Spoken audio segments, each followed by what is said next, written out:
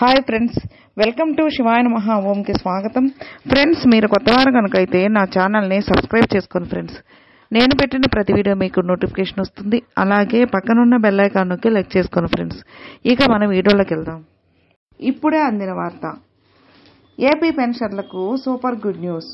April నుంచి లెక్క కట్టిస్తామని హామీ. ఒక్కొక్కరికి 7,000 రూపాయలు జూలై 1 నుంచి పంపిణీ.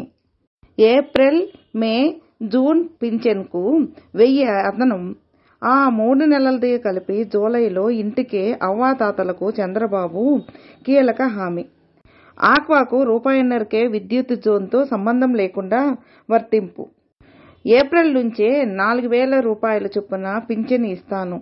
ఏప్రిల్, మే, జూనుల్లో మీరు తీసుకునే 3,000కు అదనంగా 1,000 చొప్పున జూలై నుంచి ఇచ్చే పింఛన్లు కలిపి అందిస్తాను అని తెలుగుదేశం పార్టీ టీడీపీ అధినేత చంద్రబాబు హామీ ఇచ్చారు. అలాగే వాలంటీర్ల ఉద్యోగాలు ఉంటాయి. వాలంటీర్ల వ్యవస్థను ఎన్నికల్లో జోక్యం చేసుకోనియవద్దని ఎన్నికల కమిషన్ ఆదేశాలు ఇచ్చింది. పెన్షన్లు డోర్ డెలివరీ చేయవద్దని చెప్పలేదు. రాష్ట్ర వ్యాప్తంగా 1,26,000 మంది సచివాలయ ఉద్యోగులు ఉన్నారు. వారితో పింఛన్ల పంపిణీ చేయిస్తే ఒక రోజు కాకపోతే రెండో రోజుకు అయిపోతుంది. అలాంటిది చేయలేదు. పైగా నేనేదో అడ్డుపడినట్లుగా ప్రచారం చేస్తున్నారు. మేం చాలా స్పష్టంగా ఉన్నాం. వాలంటీర్లు రాజకీయాల్లో జోక్యం చేసుకోవడానికి వీల్లేదు. వాలంటీర్లకు పూర్తిగా హామీ ఇచ్చాం అని మాత్రమే చెప్పాం. మీ ఉద్యోగాలు ఉంటాయి, మీ కెరీర్ కూడా బిల్డప్ చేస్తానని చెప్పాం అని చెప్పారు ఆ రోజు చంద్రబాబు నాయుడు గారు. పెన్షన్ పేటెంట్ టీడీపీదే. పెన్షన్ పేటెంట్ హక్కు టీడీపీదే. ఎన్నికల్లో గెలవగానే పెన్షన్లు పెంచుతామని మొదట చెప్పిన పార్టీ తెలుగుదేశం. మొదటి తేదీనే ఇస్తాం, ఇంటి దగ్గరే ఇస్తాం, పెంచిన 4,000 ఇస్తాం. ఒకవేళ ఒక నెలలో తీసుకోకపోతే 3 నెలల వరకు ఒకేసారి తీసుకునే వెసులుబాటు ఇస్తాం. మీ ఇంటికి పెద్ద కొడుకుగా ఉంటాను అని చెప్పారు చంద్రబాబు నాయుడు. నా 40 ఏళ్ల అనుభవంలో ఎవరూ నాతో పెట్టుకోలేదు. జాబ్ రావాలంటే రాష్ట్రంలో ఎన్డీఏ రావాలి. నిరుపేదలకు 2 సెంట్ల స్థలం ఇచ్చి ఇళ్లను నిర్మించి ఇస్తాం. కొత్తగా భూ హక్కు చట్టం తీసుకొస్తాం. రైతును రాజును చేస్తా అని ఎన్నో చెప్పన చంద్రబాబు ఇప్పుడు రాబోయే టీడీపీ అధినేత చంద్రబాబు నాయుడు తన ఎన్నికల ప్రచారంలో ఆంధ్రప్రదేశ్లో పింఛన్దారులకు ప్రభుత్వం గుడ్ న్యూస్ చెప్పనుంది. జూలై నెలలో ప్రతి ఒక్కరి అకౌంట్లో 7,000 రూపాయలు పింఛన్ మొత్తాన్ని అందించాలని నిర్ణయించారు అధినేత చంద్రబాబు నాయుడు. తన ఎన్నికల ప్రచారంలో పింఛన్ మొత్తాన్ని 4,000 రూపాయలకు పెంచుతున్నట్లు ప్రకటించారు. పెంచిన 4,000 రూపాయలను జూలై నెల నుంచి ఇస్తామని కూడా అనేక సభల్లో ఆయన చెప్పారు.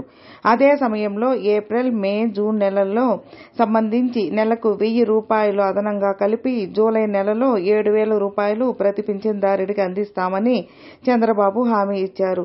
1వ తేదీనే. దీంతో పాటు ప్రతి నెల 1వ తేదీన ఖచ్చితంగా పింఛన్ ఇచ్చేలా తాము అధికారంలోకి వస్తే నిర్ణయం తీసుకుంటామని చెప్పారు. ఏపీలో ప్రస్తుతం 69 లక్షల మంది పెన్షనర్లు ఉన్నారు. వీరందరికీ జూలై నెల పింఛను అందించాల్సి ఉంది. ఇందుకోసం దాదాపు 5 నుంచి 6,000 కోట్ల రూపాయలు అవసరమవుతుందని అంచనా వేస్తున్నారు. ఈ మొత్తాన్ని ముందుగానే సిద్ధం చేయాలని ఉన్నతాధికారులకు ఆదేశాలు అందినట్లు తెలిసింది. అవసరమైతే రుణాలు తీసుకునైనా జూలై నెల పింఛన్ మొత్తాన్ని పెన్షన్దారులకు 7,000 రూపాయల చొప్పున అందించాలని చంద్రబాబు నాయుడు నిర్ణయించడంతో అధికారులు ఆ దిశగా ప్రయత్నిస్తున్నారు. ఎలా పంపిణీ చేయాలన్న దానిపై అయితే బ్యాంకుల ద్వారానే జూలై నెల పింఛన్ కూడా డిపాజిట్ చేయాలని అధికారులు నిర్ణయించారు.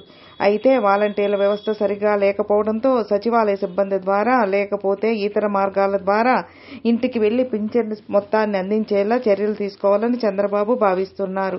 ఇందుకు అవసరమైన సాధ్యాసాధ్యాలను పరిశీలించాలని కూడా సంబంధిత శాఖ అధికారులకు ఆదేశాలు జారీ చేసినట్లు తెలిసింది.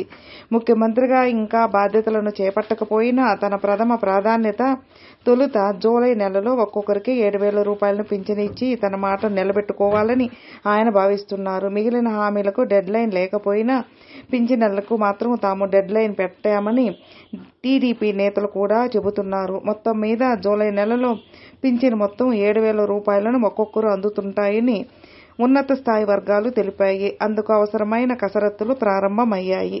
ఫ్రెండ్స్, విన్నారుగా.